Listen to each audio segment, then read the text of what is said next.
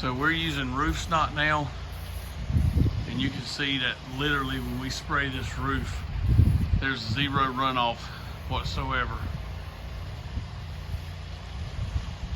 So you can see where we've sprayed over here, and you can see the distinct before and after.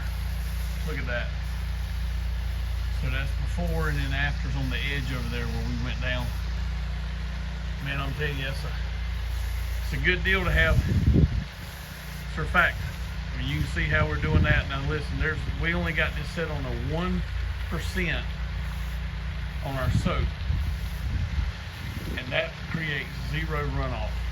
So guys, if you're washing roofs, especially if you just happen to have to be by yourself, and if you'll put the surfactant, if you'll put that at a 1.5%, I know it costs $80 a bucket, but man, I mean, on a 1, we normally get 3 to 4 roofs out of 1 bucket, and an average roof is $1,000. These roofs we're doing right now are $1,300.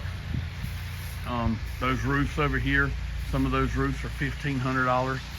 This roof we're on today is actually $1,300.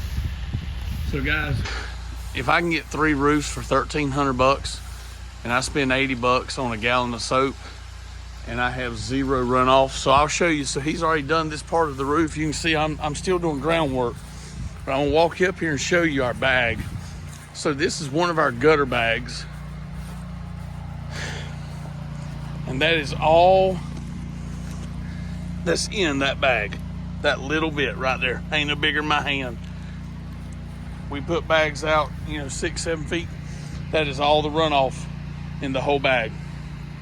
So guys, surfactant, it's a big deal. Take your time with it. Wash your roofs good. Prevent runoff as much as you can.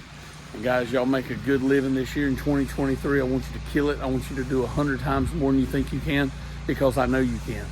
And guys, from Rivertown Pro Wash, we'll see you on the next one.